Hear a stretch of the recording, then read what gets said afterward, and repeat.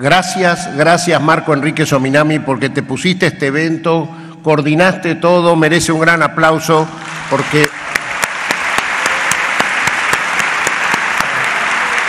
Y quiero, estimada vicepresidenta, recordar que Baltasar Garzón sostiene que el lawfare no es solo la utilización del poder acusatorio del Estado, es también el abandono nuestro, como mundo progresista, de un poder clave judicial, que se ha vuelto cada día más conservador porque nosotros probablemente también hemos descuidado ese debate. Ese es el debate entre el Grupo de Puebla, al que hoy día, en el contexto del Foro Mundial de los Derechos Humanos, hemos promovido, también de la mano de Alberto Fernández, que ha sido gran apoyador de este encuentro. Y quiero entonces darle ahora a Eduardo Valdés el poder total de coordinar y de ser extremadamente mezquino, miserable y avaro con el tiempo, con estos grandes líderes. Así que te toca la ingrata tarea. Adelante, queridísimo Eduardo Valdés. Grandes juristas que han decidido dedicarle un tiempo importante de su vida para investigar el lawfare contra la democracia en Argentina, el caso Cristina, que acompañé a Cristina Fernández de Kirchner un 25 de febrero del 2019 a 8 indagatorias con el mismo juez y el mismo fiscal. Ese día yo sentí que hirvió mi sangre porque los medios argentinos naturalizaban un hecho que nunca había existido en la historia judicial argentina. Raúl Zaffaroni, te pregunto. Me puse a investigar a partir de allí y encontré que no hay un argentino, que haya sido citado a 2 indagatorias en un mismo día en la historia judicial argentina.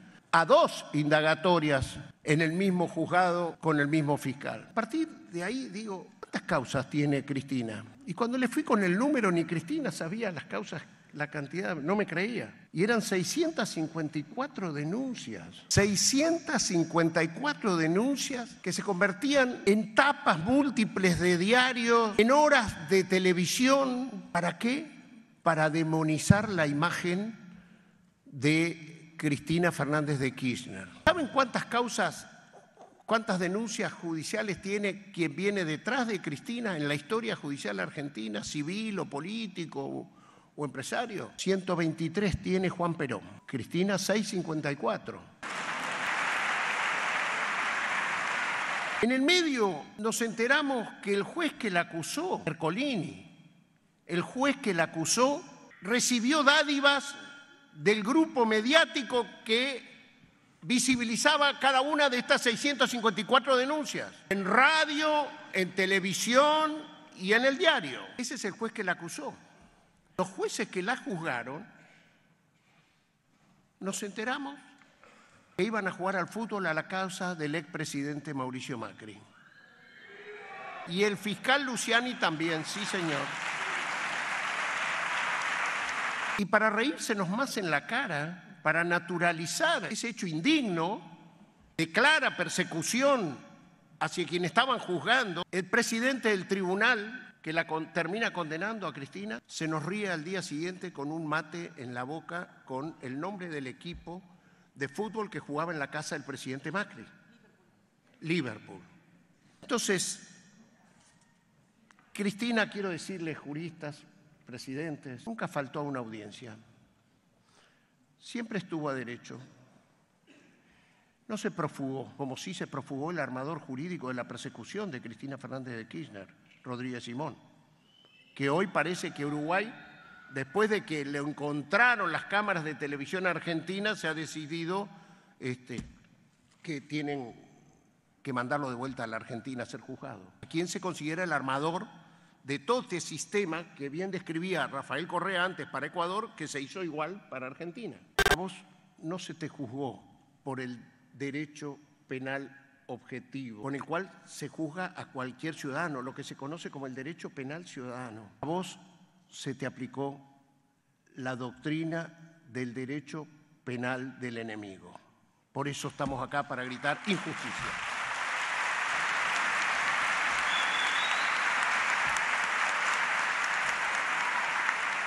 Algún día la Argentina va a tener que homenajear como corresponde a Ernesto Samper. Lo vi muy emocionado a Ernesto y a Rafael Correa cuando Argentina anunció que volvía a la UNASUR. Es para vos, Ernesto. América Latina tiene 2 papas, un papa de centro izquierda que es el Papa Francisco y un Papa de izquierda que es Pepe Mujica.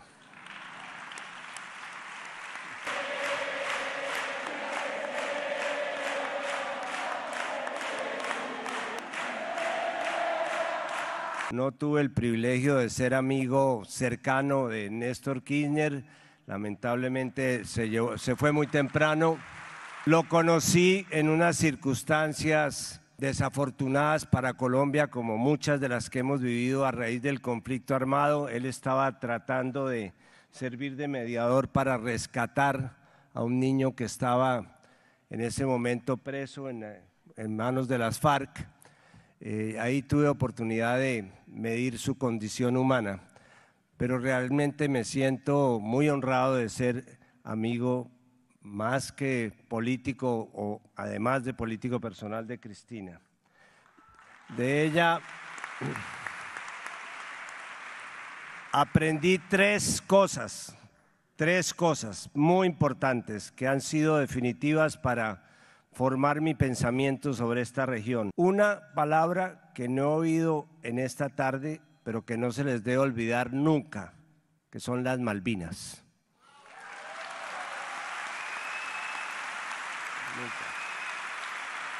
Hay dos enclaves en Colombia, en América Latina, que no se nos pueden olvidar nunca, la base de Guantánamo en Cuba y las Malvinas. Lo segundo que aprendí de Cristina es que los buitres no solamente comen carroñas, sino también comen países.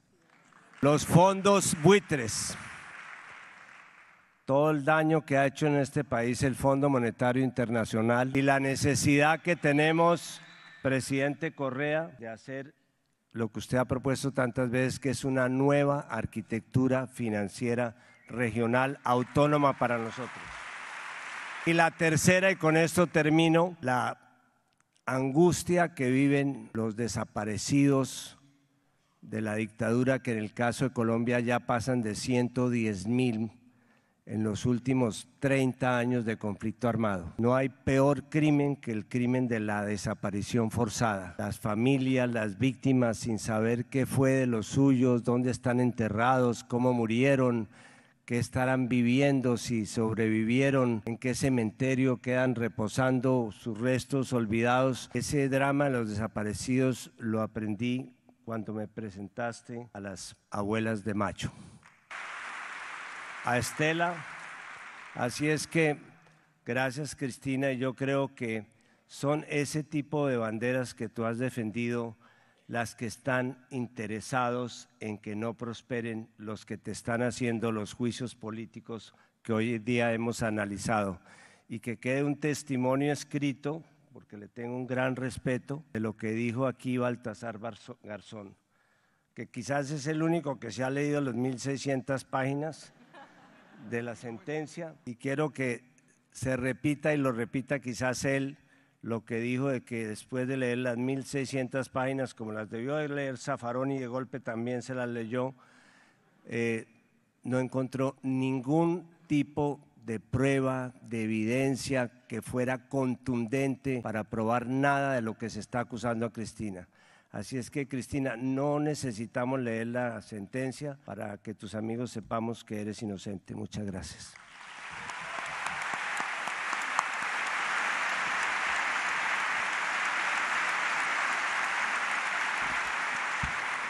Hemos saludado a las madres, hemos saludado a las familiares de detenidos desaparecidos, quiero saludar especialmente también al Premio Nobel de la Paz, Adolfo Pérez Esquivel. Si Donald Trump no pudo invadir Venezuela, tuvo que ver el presidente Rodríguez Zapatero. Un orgullo que esté acá presente. Debo decirles que sigo con intensidad la actualidad política argentina de los últimos tiempos y ante todo por una razón, Cristina. Estuve aquí a mediados de agosto, 14 días antes del intento de atentado hacia tu persona. Me impactó extraordinariamente que te quisieran matar. Me afectó por Argentina, por ti, que la violencia política volviera otra vez a este querido país que tanto sufrió y tanto luchó por una democracia, por una sociedad sin violencia política. Sin violencia política, que es en definitiva la gran aspiración de toda civilización, toda nuestra lucha por la democracia. Detrás de ese afán de una política sin violencia, por supuesto sin violencia en el uso de la fuerza, de usar una pistola, de disparar, pero sin violencia porque hay violencia en el odio, porque hay violencia en el insulto, porque hay violencia en la injusticia de la descalificación, porque hay violencia en el rencor. Jamás se construyó nada para los países ni para los pueblos con el odio, el rencor, el insulto y la mentira. Y estuve unos días muy afectado. Por supuesto por el afecto, porque trabajamos juntos, porque los Kirchner forman parte de mi sentimiento político y por eso estoy aquí. Pertenezco a esa generación que vivió intensamente, porque éramos jóvenes en un país que nacía la democracia como España, que queríamos ver caer las dictaduras de Chile, de Argentina, que recibíamos a argentinos, chilenos en España, que los recibíamos, no sé si los tratamos como merecían, y que constatamos la atrocidad de esas dictaduras, de los 30.000 desaparecidos. Hoy, cuando he estado esta tarde en la ex-ESMA, me he sentido conmovido, cuando en los cristales estaban las imágenes de tantos desaparecidos. Un país sin memoria es un país al que le falta la dignidad. Un país con memoria es un país con dignidad.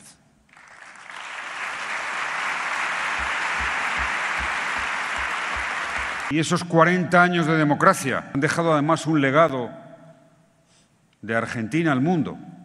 El legado de la lucha por los derechos humanos como ningún país ha procurado hacer. Memoria, restauración, justicia. ¿Y saben dónde de verdad se hizo eso a fondo? ¿Y con qué gobierno? Yo era presidente del Gobierno de España y soy testigo con Néstor y con Cristina Fernández de Kirchner.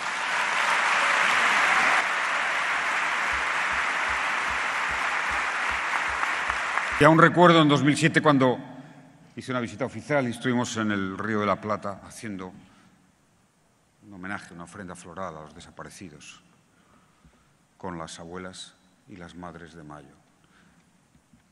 Las abuelas y las madres de Mayo son un patrimonio de la humanidad para siempre, de la dignidad, y han sido argentinos.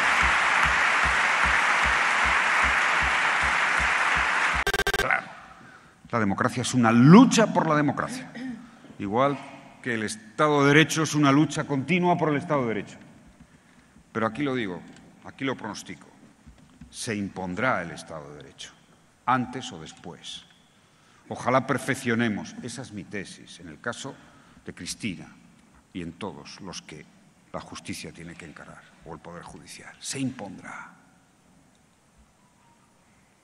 Hay sistemas que aún necesitamos avanzar, desarrollar, construir, quizá en el ámbito de América Latina, como sucede en Europa, donde hay un tribunal en Estrasburgo que es implacable con la apariencia y la imparcialidad. Implacable.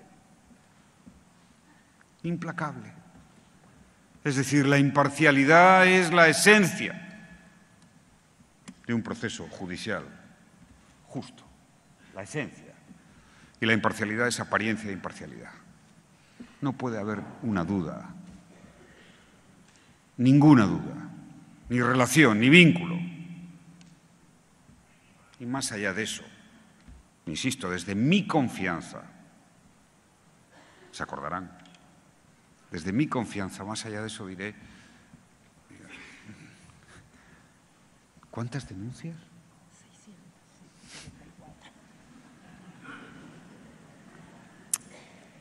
600. Voy a contarles algo. Yo jamás en mi trayectoria política, ni como líder de la oposición, ni como presidente del Gobierno, inicié ninguna acción judicial contra mis adversarios. ¡Ninguna!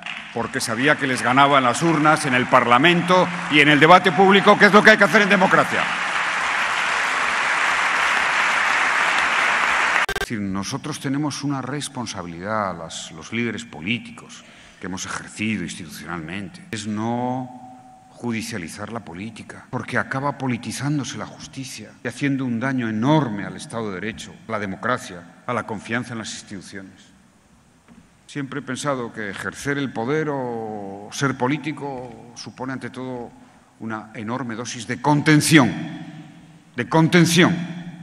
lo que es dable a ciudadanos que no hacen política o que no tienen ese liderazgo político. A nosotros tenemos que ser moderados, contenidos. Les puedo asegurar que, como pasó en Brasil y como antes o después en los casos que también se analizan y han analizado del famoso lawfare, que es una nueva categoría jurídico-política, se impondrá la verdad. Es verdad que tengo fama de optimista. Sí, la tengo. Pero no tengan ninguna duda, solo cuando uno está convencido que algo se puede lograr, que algo va a pasar, es la única manera de que se logre y de que pase. O sea que, por tanto, nada de aflicción, sino coraje pacífico y democrático.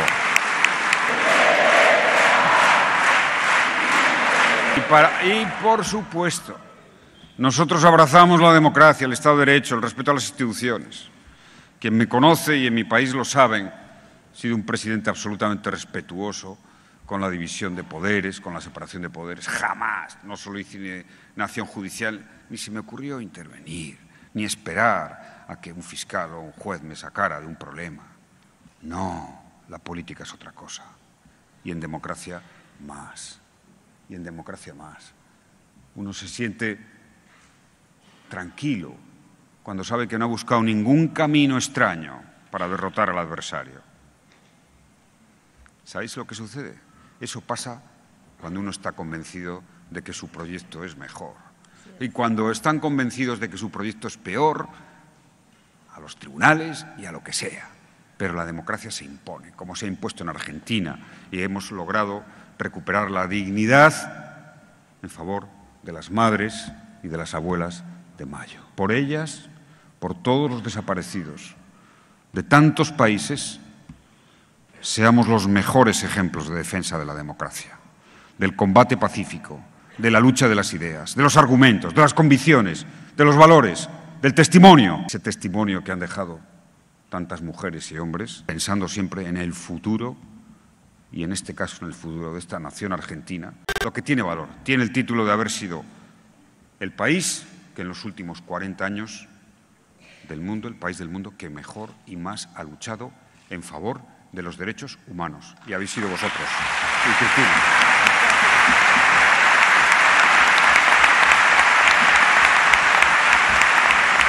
Si improviso me voy a perder. Entonces mejor unas notas aquí, ¿no? Yo veo en Cristina una maravillosa alquimia entre el pensamiento y la acción del general San Martín y Evita Perón.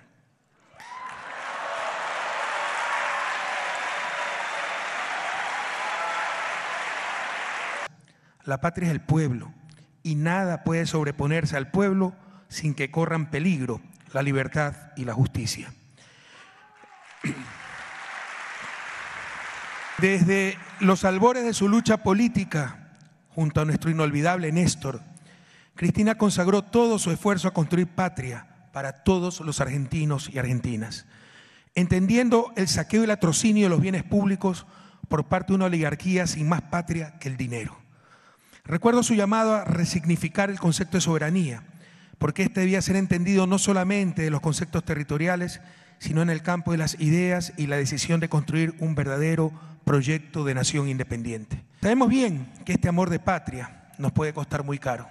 El 1 de septiembre de 2022, un verdadero milagro evitó que las balas asesinas terminaran con la vida de Cristina. No es un hecho aislado. ¿Fue el 1 de septiembre? Sí. El cumpleaños de mi madre, recién me caigo en cuenta. No es un hecho aislado, sin excluir que sea parte de una conspiración aún no develada. Sin duda el atentado es producto de una permanente instigación por el odio de los de siempre, a quien tocó los intereses de una clase dominante insensible depredadora, clasista, codiciosa. Este constante veneno ha sido inoculado a través de la prensa hegemónica y su contubernio con el aparato de injusticia. ¿Por qué no se puede llamar justicia a los actos colusorios de una matriz que ha reemplazado la ideología por el derecho penal? La persecución en infamia de cierto sector de la prensa a quienes defienden los intereses populares no son estrategias nuevas. El ideólogo del peronismo radical, John William Cook, nos decía: creemos en la libertad de la prensa independiente, pero no en el derecho de estas empresas mercantiles y capitalistas para procurar que los resortes del Estado se pongan al servicio de sus intereses. Acusamos a la prensa de haber fomentado la sumisión y el ablandamiento de la voluntad nacional y tratado de resquebrajar el patriotismo. La acusamos de haber negado los grandes valores de la cultura del pueblo, de haber querido engañarnos con la etiqueta de bonitos nombres para que no pudiésemos realizar nuestras conquistas económicas. Las acusaciones sin fundamento se expanden desde esta punta de lanza de la reacción política, que ha sido capaz incluso de usurpar los símbolos. El Clarín fue el instrumento musical con el que las tropas independentistas de Bolívar y San Martín anunciaban sus batallas. Hoy ese nombre representa lo más retrógrado y obcecado del papel de la oligarquía. Mientras tanto, los titulares reemplazan a los tribunales con la confabulación de quinta columnista y columnistas de quinta. Logran su cometido. Jueces venales y corrompidos cumplen la tarea. Condenaron a Lula da Silva, a Cristina, a Evo, a quienes habla. Y como no encontraron ni encontrarán jamás pruebas de sus infamias, justifican su perfidia a través de falacias jurídicas dignas de Kafka. En el caso de Lula, un departamento que al no estar a su nombre era fehaciente prueba de corrupción. Cristina y los cuadernos y la presunta administración fraudulenta, acusación de ese aparato inquisitorial al que ella, con su valentía ya legendaria, tipificó como el pelotón de fusilamiento mediático judicial. En mi caso, al no encontrar una sola prueba de actos reñidos con la moral pública, se me condenó por influjo psíquico. La realidad es que para las élites latinoamericanas, sus protervos deseos son prueba suficiente. Querida Cristina, sabes que cuenta con el total respaldo, reconocimiento y admiración de tus compañeros del Grupo de Puebla. Uno de sus fundadores es precisamente el presidente Alberto Fernández, clave para este encuentro y que siempre nos ha pedido apoyarte ante tanta infamia. Con tu ejemplo, con el del infinito amor de las madres y abuelas de la Plaza de Mayo, con el de la audacia repleta de ternura de Adolfo Pérez Esquivel, con la integridad de una de las víctimas mortales del lawfare, un hombre bueno y honesto como Héctor Timerman, con el coraje de nuestra entrañable Eve de Bonafini. Seguiremos jugando a lo prohibido con la necedad de lo que hoy resulta necio, la necedad de asumir al enemigo, la necedad de vivir sin tener precio. Y por nuestros 30.000 desaparecidos, por nuestros chicos absurdamente sacrificados en las Malvinas, por nuestra querida Argentina, por nuestra patria grande, por tanto dolor, pero también por tanto heroísmo y esperanza, hasta la victoria siempre, querida Cristina.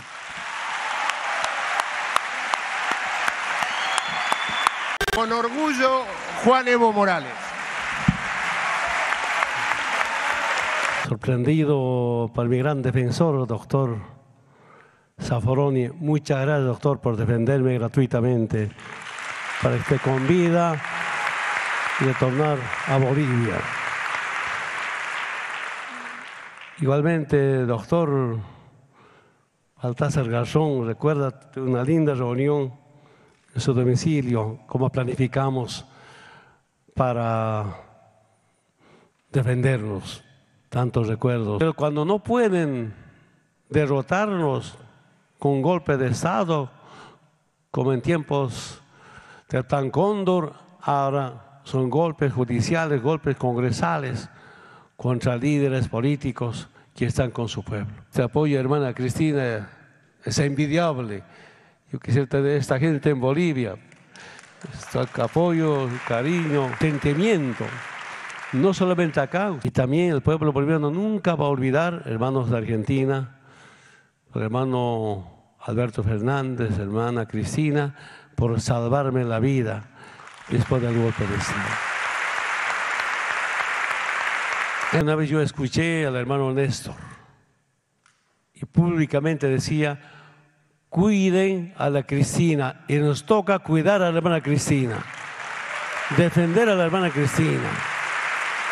Lamentablemente algunos enemigos internos y externos no quisieran ver la patria grande liberada. Yo llegué a la presidencia sin formación académica, gracias a la verdad y gracias a la honestidad. Y con compañeras, compañeros, debate permanente, muchos profesionales intelectuales de mi país me enseñaron, con Álvaro García, debate permanente. Ganamos tantas batallas, recuerden, en La Moneda, una reunión de emergencia para enfrentar el primer golpe de Estado, 2008. Seguimos en la mira del imperio, ahora por el litio. Y quiero decirles, con la experiencia que tenemos, vamos a defendernos. Nunca nos hemos rendido y nunca nos vamos a rendir y vamos a defender a la hermana Cristina. Muchas gracias. Pero como decía hoy en una intervención en el foro en la ESMA, ahora vemos lo que se ha conseguido en este país y que nadie lo puede quitar. Nadie puede borrar la memoria cuando quisieron erradicarla de raíz. Y ese es el acervo que tenemos todas, todos y sobre todo las víctimas.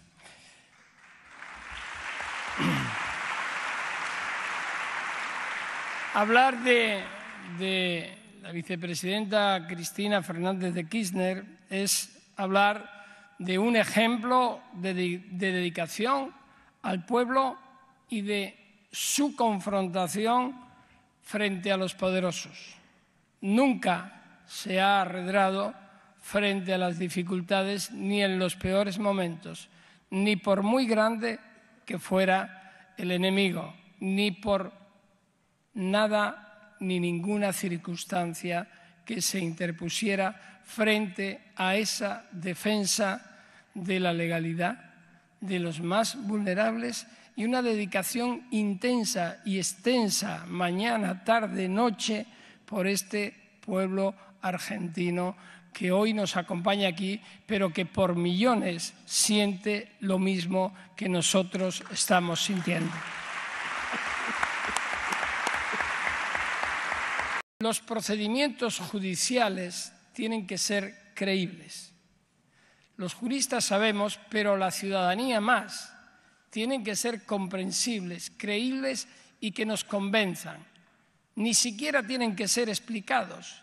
Cuando hay que explicar mucho rato y con muchas matizaciones una resolución judicial, es que algo está fallando. Por eso tienen que basarse en pruebas reales, no en conjeturas, no en presunciones, no en indicios sin una base sólida, porque lo que diferencia al indicio de la presunción es precisamente esa base sobre la que apoyar la inferencia que se hace posteriormente. En la sentencia del caso Vialidad, que es la que ha motivado el libro que hemos confeccionado distintos juristas y también recopilado la serie de noticias, de pronunciamientos desde Clahut, lo que vemos es que no existe esa prueba. No existe, no puede ser bajo ningún concepto base suficiente, base creíble para una sentencia como la que hemos sufrido todos aquellos que sentimos el derecho como un instrumento de paz, de concordia y de convivencia humana. Lo que ocurre es que ahora no nos callamos, es que no nos callamos frente a un atropello judicial. Y no lo vamos a hacer. Hemos aprendido. Yo, desde la distancia, pero desde la cercanía con ese país, he seguido los pronunciamientos, las declaraciones, los discursos que la vicepresidenta ha hecho. Podrá decir alguien, lo hace en defensa propia. Claro, faltaría más, pero es que además convence. Y eso es lo que esa sentencia, esa resolución judicial no hace.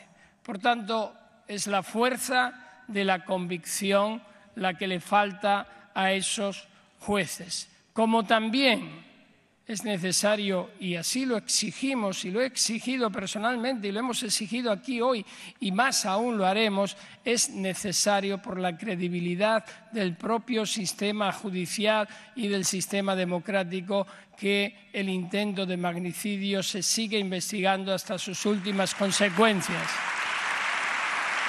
No hay peor injusticia que una justicia mal impartida. No nos puede quedar la menor duda de que se trata de ocultar algo. Y yo no estoy diciendo que haya que señalar previamente a nadie, pero se exige llegar hasta el fondo, porque de esa forma es como se fortalece el sistema judicial. ¿Se persigue con esta sentencia una finalidad política? Sí. ¿Con aparataje y vestimenta jurídica, incluso bastante torpe? Sí. Lo que se persigue es la proscripción de una persona que ha dedicado su vida al servicio público desde la política. Y eso es evidente. Es una desproporción absoluta.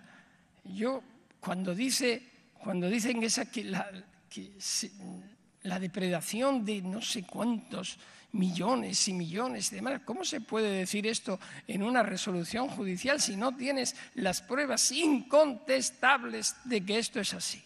No puedes hacer juicios de valor, lanzar globos sonda, porque generas una desconfianza que pasarán muchos años, décadas, para que la gente en este país y en otros vuelvan a confiar en la justicia. Y yo, como jurista y juez, me duele. Puedo decir que si hay alguien indigno en toda esta historia, han sido los jueces y fiscales que han intervenido en ese atropello. Y finalmente, querida vicepresidenta, traigo un mensaje, un saludo de una persona que también está siendo víctima del lawfare más atroz por parte del país que más practica el lawfare y la instrumentalización del derecho. Julian Assange, de quien me honro en ser defensor o formar parte de su defensa y que acompañamos desde que el presidente Rafael Correa le abrió las puertas de la Embajada de Ecuador en Londres para protegerlo de un atropello jurídico y que se consumó después de su presidencia por decisión de un presidente, da igual, indigno, que quebrantó e infringió las normas sagradas del asilo. Lenín Moreno quebrantó la confianza del pueblo y eso es muy grave y lo puso en manos de que la justicia británica, que no sabemos qué va a hacer, pero que corre el riesgo de inclinarse por la extradición a Estados Unidos, donde le esperan 175 años simplemente por haber ejercido el derecho a la libertad de expresión y a informar a la ciudadanía verazmente. Ese es un caso de lawfare. Por tanto, el afecto, el cariño de Julian Assange y todo el nuestro, que cuentas con él. La inhabilitación especial perpetua de Cristina Fernández de Kirchner como magnicidio civil en su contra. Este capítulo fue escrito por quien integró la defensa de Luis Ignacio Lula da Silva y coordinó este trabajo, Giselle Ricobón. Orgullo.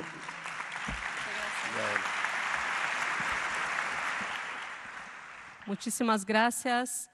Antes de todo, quiero decir que este libro, Objetivo Cristina, el lawfare contra la democracia en Argentina, es fruto de un trabajo colectivo. Que el lawfare es la criminalización de la política, pero no cualquier política, ¿no? Pero sí la política que hace justicia social, solamente esa política que es criminalizada, ¿no? Sabemos que el lawfare utiliza 4 o 5 estrategias muy puntuales. Una estrategia hipócrita del discurso anticorrupción, el uso masivo de los medios de comunicación, el derecho penal del enemigo, la cooptación del sistema de justicia, y especialmente en Brasil y acá en Argentina, es también en función de un contexto de una sociedad y una justicia patriarcal. Como dijo mi compañera Adoración, nosotros no vamos a regresar a la casa, ya estamos ocupando los espacios de poder. Como juristas comprometidos con los derechos humanos, nosotros no nos vamos a callar frente a las innumerables violaciones de derecho de la vicepresidenta Cristina. No vamos a nos callar. Nosotros vamos a denunciar a esa justicia partidarizada, que si por un lado no investiga a los autores intelectuales del atentado en contra Cristina, por otro demuestra una verdadera hazaña persecutoria contra nuestra vicepresidenta. Pero, vicepresidenta, no vamos a dejar, porque estamos en la lucha, vamos a denunciar y seguramente estaremos como muchos juristas, mujeres de toda Latinoamérica, denunciando hasta que se pase como en Brasil. Yo tuve el grande privilegio de hacer un libro también de esa sentencia del Sérgio Moro con juristas brasileños. Coordiné una obra igual, ¿no?, a favor del presidente Lula, y me tocó, antes de su prisión, entregarle el libro al presidente. Hoy sabemos todo lo que ha pasado, la imprensa de Brasil ya conoce ese juicio criminal, ¿no? Ya sabemos, Lula volvió a ser presidente.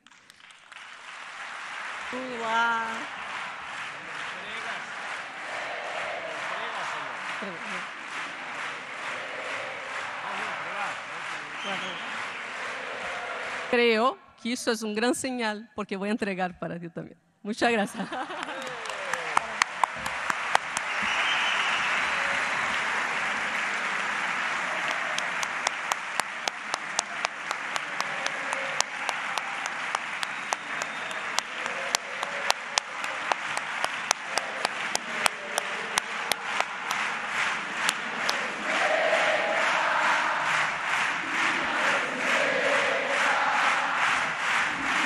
Todo el lawfare, y que recién Gisela hablaba de derecho penal del enemigo, cooptación del sistema, medios, articulación con los medios, fundamental.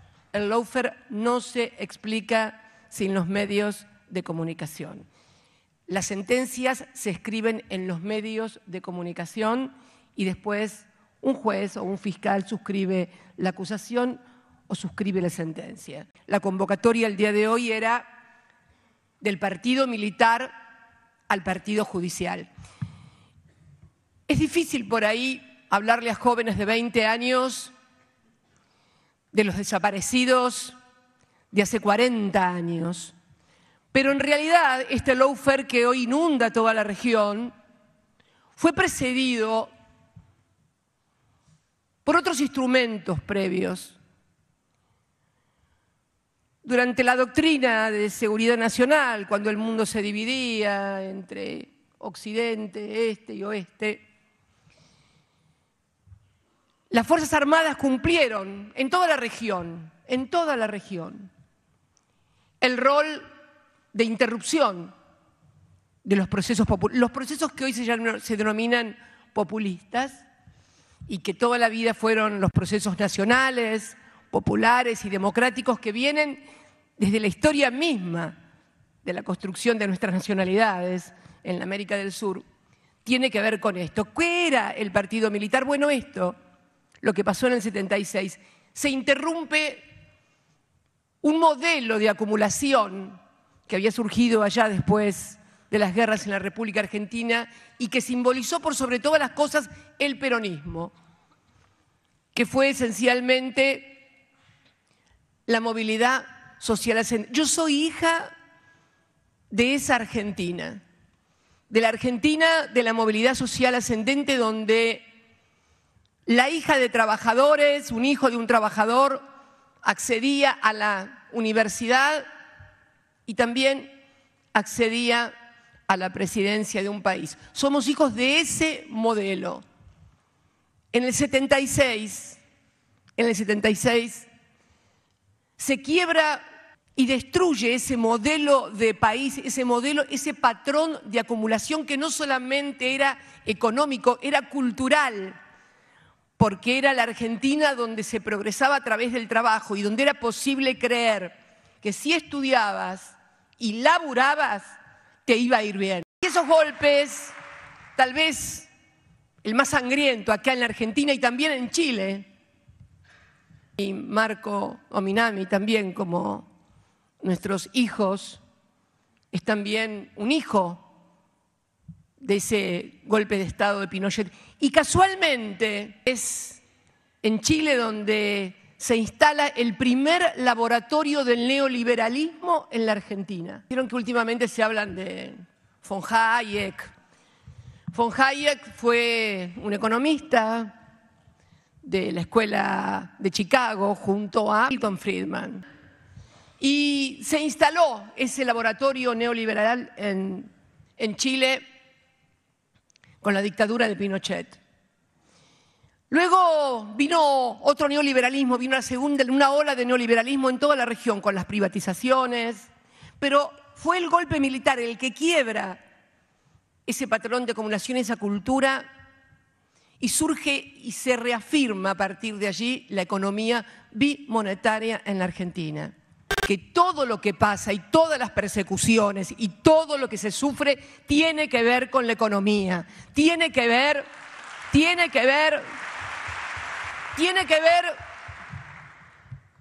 con esa Argentina que un 25 de mayo del año 2003 vino a reconstruir nuevamente lo que yo denomino el Estado democrático constitucional.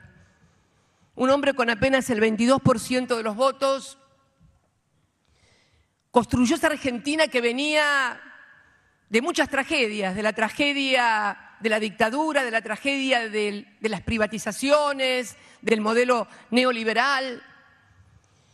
Y fue precisamente que junto con esa reconstrucción también hubo una reconstrucción de memoria, verdad y justicia, porque parte de esta persecución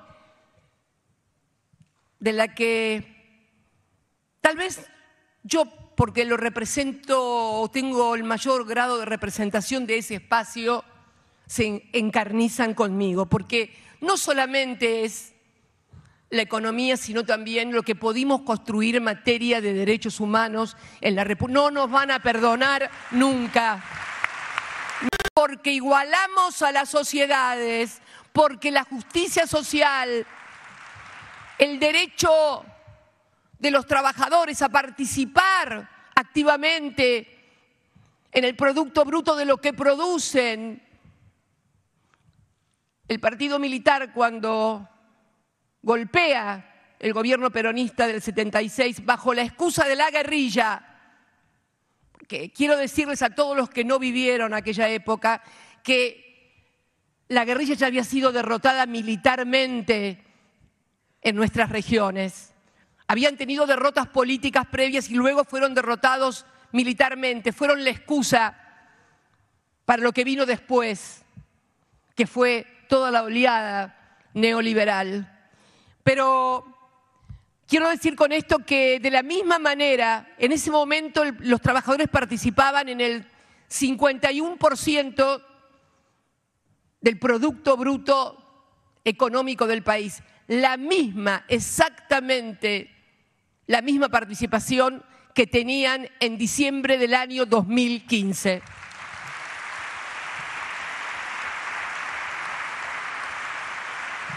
Durante 12 años y medio, pudimos reconstruir con mucho esfuerzo, yo no sé si los mejores, porque sería, pero miren, ustedes vieron todo lo que se construyó a partir del año 2015, de diciembre del 2015. Este bendito juicio de vialidad que comienza, como todos ustedes saben los que lo han leído, por una denuncia en enero del 2016. En enero del 2016, por supuesto, había un foro de atracción en Comodoro Pi. Todas las denuncias, las 600 y pico denuncias, siempre caían en dos jueces. Uno que ya no está, y no lo voy a nombrar, y Ercolini, el juez del Lago Escondido, de los chats del Lago Escondido. No, ni silbemos, no. Y fundamentalmente se inicia ahí, ya se había comenzado en Brasil con Lula, la etapa del lawfare. ¿Qué es el lawfare? Lo que el partido militar fue a los gobiernos populares del siglo XX, de la primera mitad del siglo XX en América Latina, el lawfare es a los gobiernos nacionales, populares y democráticos del siglo XXI exactamente lo mismo. Exactamente lo mismo.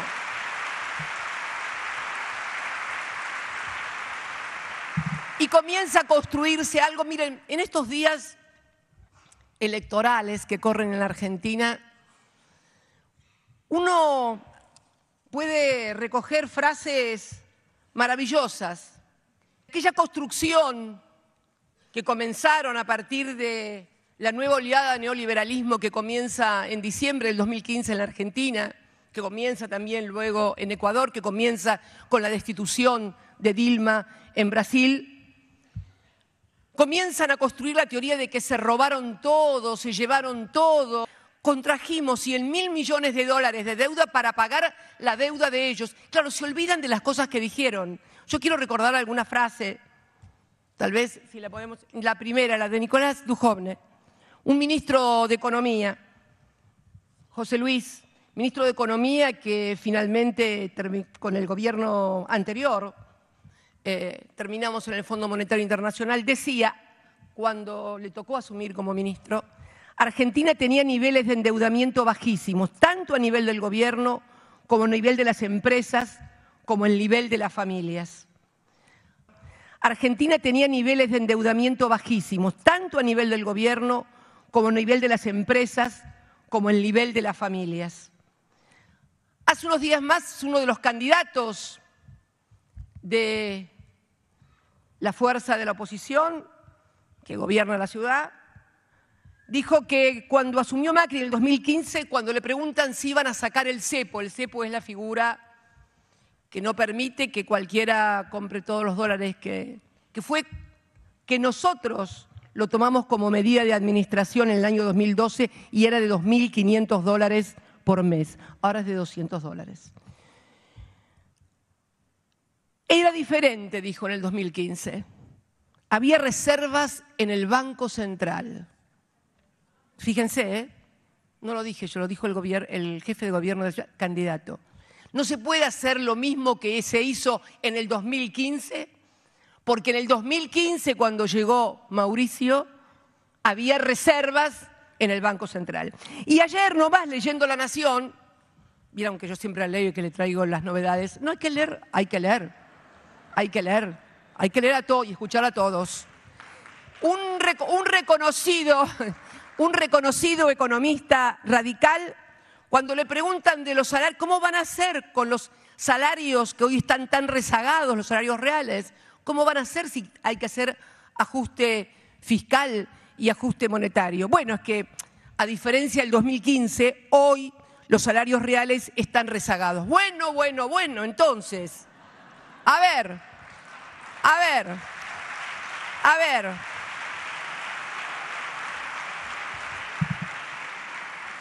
En el 2015 no había deuda, ni de empresas, ni de Estado, ni de familias. Tampoco estaba el Fondo Monetario Internacional, eso lo agrego yo.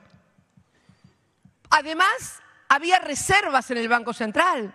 Por eso se pudo levantar el cepo. Y además, los salarios reales no estaban rezagados. Yo agrego, no solamente no estaban rezagados, sino que en dólares eran los más altos de América Latina.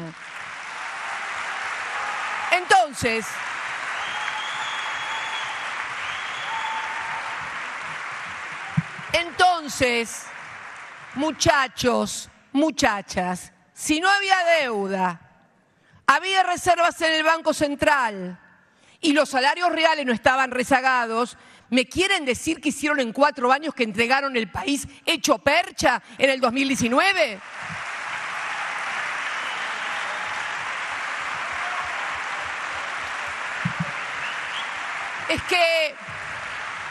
Es que como dijo alguien,